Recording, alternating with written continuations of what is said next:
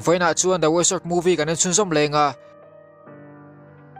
episode masa khan jailor tin ziawi eternal fire a chan le tir ti kan thlir ho towa jailor chu phur to hle ma se eternal fire changna chu ala hi blut mai thei ri lowa eternal fire chu om na pa nga ya vakal pui phota apo ara san lai taka a hi blu ngai don ani chu wangin eternal fire chu awom chunga ada tharia bailanga na lo mu chuana thinarimin a ra hian a ron hual veka jailor chu abe phei ngal bok mase jailor chuan ol sam takana lo hne le the ani jailor beina chu aran ema wangin bailanga po chuan makati hleya ain hliam na ngal hle ni jailor chuan hun khoral tam loin khovel pang lelam chu vapan fata tuma mase I huwa chu ring taka ron awin ziawi kal tir lo chuan atha tur thua se ani jailor chu aron hoileta pathian te singa chakber ani yang demon chaklo takin amu ve ringot po chu lomjok turani thu aron se ani mase I huwa chuan muang changin hanpan chawa jailor po chuan demon atak ni na khriani ziawi tina tu chu tu po ni se atha tur thu I huwa chuan a soya apuar la khomin a han zuan ngal bok mase jailor chuan ol sam takin a reign of error mang chuan alo pailet le the ani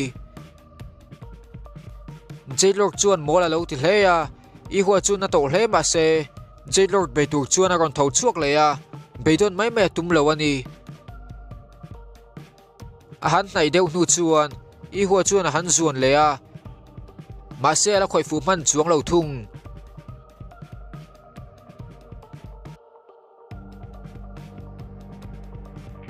I huwa chuan a to ema wangin chet po a chet thei to lowa mase muang changin jailor chu han pan le ta thawani jailor chuan pilar mangin na takin a lo deng le ya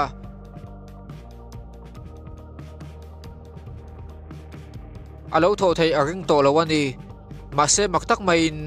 I huwa chu ron tho chuak le ya jailor chuan khovela thil nung zong zong ta chuan a hnena in pek lu bak ti thei an nei lo thu sein a eros chuan a bei le ya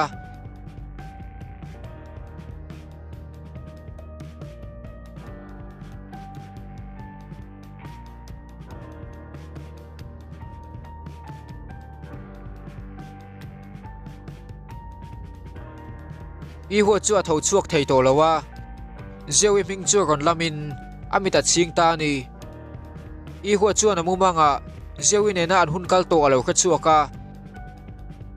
engtin nge thi don ziawi chu zo ta ni ziawi chuan an zin konga chuan I huwa chu athima saber turani thu a khila mase I huwa chu hlawa hne kin na lo nuya thia hlau lo thu sein dam chana nei chuan thi chan po anei tur thua se ani ziawi chuan I huwa chu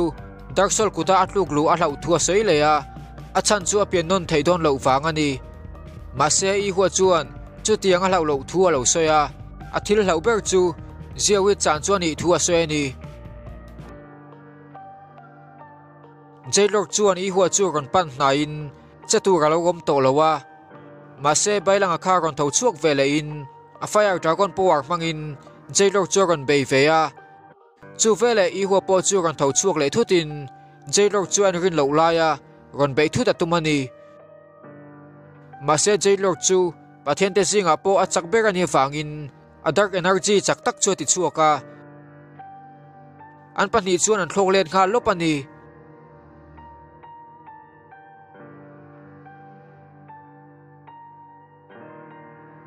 an tho chuak mai thei to lo chung poin jailor chuan an in to ema wangin an pani chuan va tha lo lo tuma mase chu ti lai chuan ting lian tak khian a ron deng thuta tiang chu thlok let le in ukong a kha ron thleng ve lo ni bailanga te bula chuan ron dingin thinrim takin jailor chu ena a tha ngei tur thua se ni jailor po chuan vana anin beina an zo fel tak lo kha an zo fel to tur thua lo sei ve bok bailanga chuan theile theiloin ziawi chu jailor taksa awam thu lo soya vachan chu kham turin angen ani ukonga na thu soya lo khriat chuan tong to lo tur le lo chol hadam to turin atia ani po chu Zewi veng him tura ain tiam ve to tho thu a soi ni jailor tin an thu soi alo khriat chuan alo nuya u kong a chu be zui ngal bok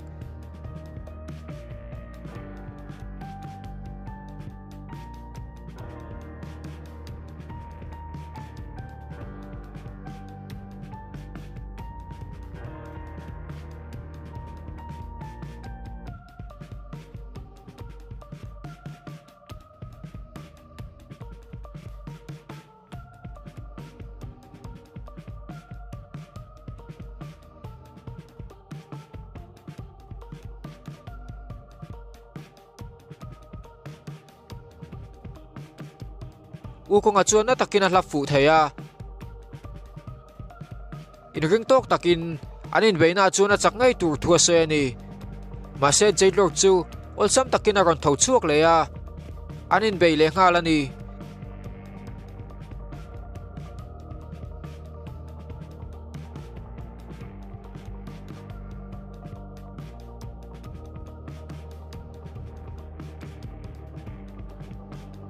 jailor chuan a khoi fu nual theya ma se u kong a chuan ala hlau lo hle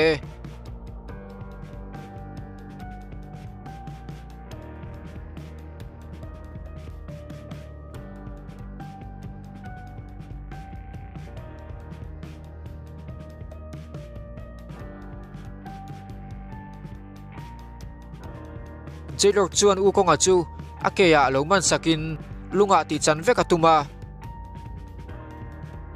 ma se u kong a chu tal chuak le thutin a move chak tak man atuma ma se jailor chuan rang takin alua a han man le thuta lunga ti chang le ni ma se u kong a chu olsam takin a ron tal chuak le ya jailor chuan makati hle thinrim takin u kong a chu ava be chun som le ya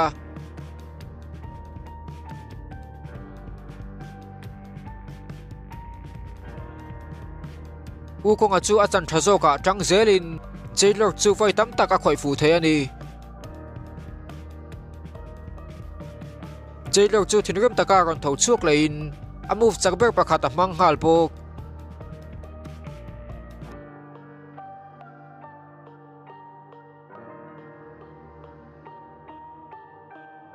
u kong a chu na thei to pin a lo bum ve ya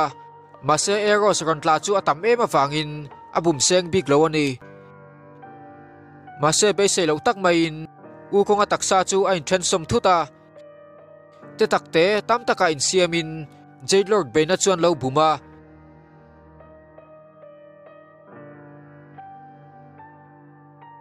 atnuwa zong lian taka in siam le thutin jailor chu azuk nek zui ngala achum zui ngal zot zot bok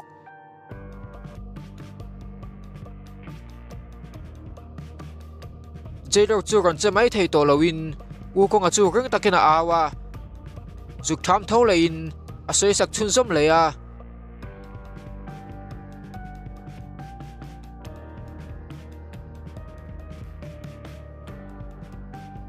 u kong a chuan leilama chum thlain na takin na zuk chum chil le ngal bok ma se maktak mai in dark aura chak tak he aron chuak le ya jailor chuan a puma na takin a ron nek let ve le ya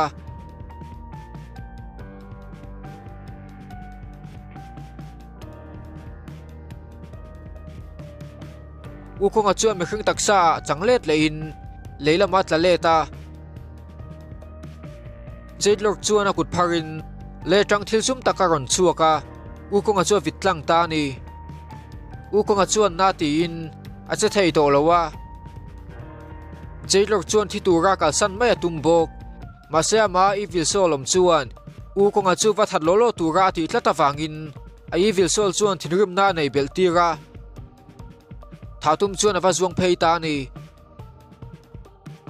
ma se tha ma che chuan ziumei khana ron dang thuta u kong a ti na ta du chuan ama chu apal tlang photangai thu a se ni ziumei chuan a buffalo magic mangin jailor chu be chun zom ngala athlang khama asitla theani ziumei chu hlim hleya u kong a chun tu thil zum po chu bo ngal bok u ko nga chuan enge local chana zota zia mai chuan a ma anga akal tir mai to lo tur thu u ko nga chu khila tunge khapa khani azot ngal bok u ko nga chuan mi hlawom takani thu lo soya zia mai po chuan makati dewa u ko ngan hlawom tian nei a khian ngai lo wang ani u ko nga chuan pathian ma sa pathum te singa mi le daksol lalani thu soin pathian te ancestor ani thu a soipok zia mai chu lo nuin polsam taka khama apai thlak thu lo soya ma se u ko nga chuan chuti maya thi don lo thu soin zia mai chu local son vat turin atia athu soi chuan zia mai chu ti thinrim lein amaya va po saka u ko nga chu thuin zia mai chu buffalo demon a khan in siam le turin angena ti chuan jailor chu a be pui theidon ani zia mai chuan makti mel takin enge soyom zia u ko nga chu zota u ko nga chuan zia mai thu ruk zong chu a khian vek to thu sein randungina control don khan zia mai khian na le a khian na ain thlun zom thu a se ni zia mai zaklu tuk chuan u ko nga chu na takin a hlapa a thu ruk a khian vek to wangin an nei nge ngai thu u ko nga chu khil bok chu chuan u ko nga chu thong hle ya buffalo king in na taksa chu aron lu thu thei ti ngai to in alo du lo na sa hle ni chu chuan zio mai chu ti lungoi lo lein amonga hol saka u ko nga ngai to na chu khave lo ma se adu zia khen vek to thu soya a chan chu ran nungi na ti buai lai khan u ko nga kha ai sacrifice ngam wang ani u ko nga chuan chu ting ani lo thu lo soi ve ya anin hnial lai chuan jailor kharon thleng le thuta ring takaron awin chu mun chuang nging vek the ani jailor chu thlok kangin alan dan po alo danglam towa achakna chu tam takin apung bokani u ko nga te po chuan vapan nain har sa le don ma se jailor chuan ne ngei tur thua se ani jailor chuan a beizui ngala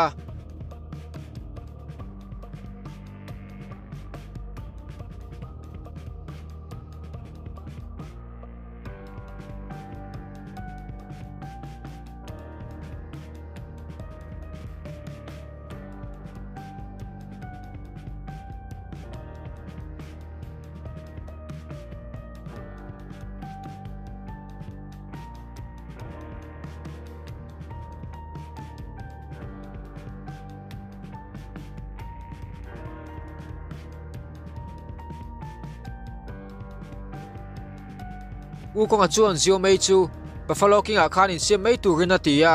achak zok dai thu a se ni ma se ami pa du ma in thak danglam chu zio mai chuan alo du bik lo ani anin hnial lai chuan jailor khan aron beile thuta u ko nga chuan ataka ne clock thein a magikin na vom zui ngal bok ma se chu an tik mai lo ni ya u ko nga tiktak le zio mai chu anung lama an lo om dai to ni jailor chu an be chun som le ngala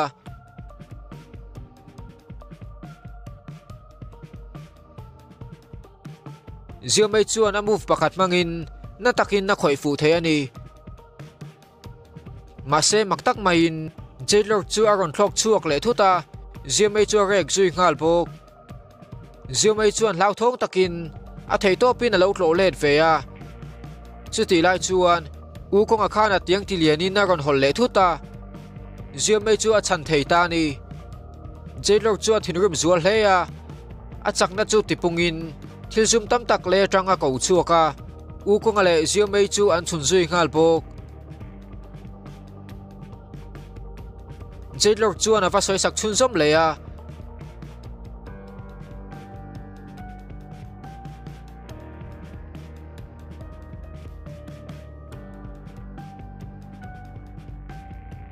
u ko nga tha tum lai chuan zio mai khan aron nam son thuta amaron in doni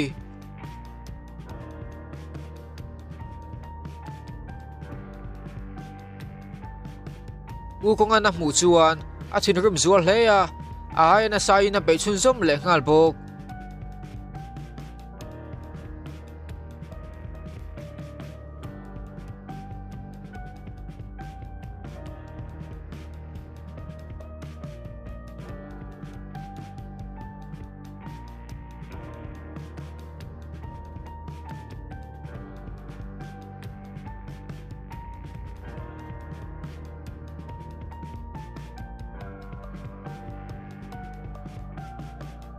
jailor chuan u konga tiang chu vaman sakin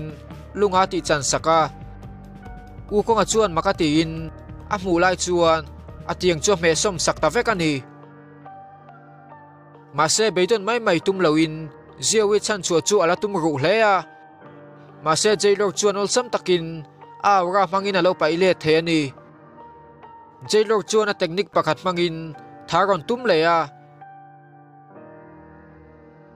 u konga chuan a theito pin alo nem let ve bok chuti lai chuan u konga chuan jailor taksa a ziawi thun be mek chu awa mu theya u konga chuan a chakna la khom le in zong lian taka in siam leya jailor kut pani chu alo nem let the ani u konga chuan man mo takin jailor ko chunga tang ziawi chu valak chuatuma maselak chuatnekin u konga kut chu lunga ron changa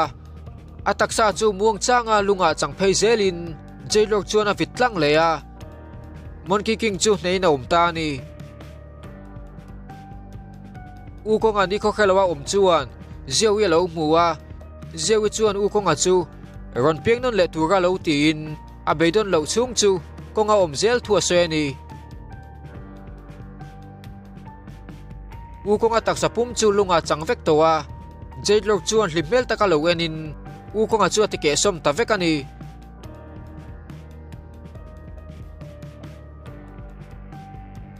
monki king a thi ti chu rula ele sajina po chuan an lo kha thaya vana po chuan reign of dark aron tlaveni chuti lai chuan an darwal pathian jin guan in po chuan monki king aron thleng ti chu lo kha thaya uithiam le nau te po chuan u konga le ziawi te chunga thil thalo taka thleng ti lo kha thein man mo takin an vatlan le ngalani jailor karon lang vele in a form pa ngai a in thak let le towa ama evil spirit om pakhat chuan ziawi chu ei ngal turin atia mase jailor chuan uar chakle zuala nei theinan ziawi chu khovel pangle lama kalpui phota a chak wanglai taka e yatuma a thlok bota ni uithiam le nau te po chuan anin beina hmun chuan ron thleng veya bailangan dam thataka ziomei apom lai chuan va hmuani bailangan a master te hmu chu alom hle rolin thil thlan chu khil a hu phur hlea u konga thi thu chu ron soin chu mai chu lani lowa hun kal to lo lang lein bailanga chu u konga thina chu na thong hlea I huwa chu vapan lein alo na hlea a thi trep to ni bailanga chu nin ti har tu ra fati in ziawian san him theinan adam le ngai thu I huwa chu khila mase be sei lo tak main I huwa chu na ma chu ei turin bailanga chu khilani chu chuan bailanga chu thongin alo du lo na sa hlea mase I huwa chu na ei lo chuan an pahni chuan an thi ve ve tur thu le ziawi an ven him theilo tur thua se wangin bailanga chu na ei ta ni athil te wang chu na in thiam lo hlea mase pui thiam chuan lo kha thiamin athil ti chu thil dik ni lo mase thantur danga nei lo thu lo soya bailanga chuan man mo taka ziawi chantura an kalangai thua sei zui bok mase ba chia chuan u kong apon jailor chuan he theilo chuan anta ne ngai na lo thua lo soya u jinga chuan chuti mai chuan monki king chu athi hlenarin lo thua lo soi ve thung pui thiam chuan zio mai chu vain chiangin alo la thibik lowa khoi ve an tumta ni pui thiam chuan ama sa in jailor chu an zon mu angai thua soya an tran ho pho chuan nena chan san nei ve tho thua soya ni mase Black River kaldan tur chuan khamai lowa chuti lai tak chuan long pakhat an lampana ron kalme khian muwa chu long chu mermaid te ta lo nia an zinga chun mi pa anom lo ani mermaid te chu an lal nui na ron hoa enge an ron ti pui thiam chu zon bok pui thiam chuan Black River chu kan pui le kham turin alo nge na maselal nu chuan ama an lo pui to na khan thil thalo zo ka thlen thu le dark soul te an chak to hle thu alo soy ani pui thiam chuan an thil ti sual sim that le nan lui chu an kan le nge yangai thua soya episode 41 chu top ta ni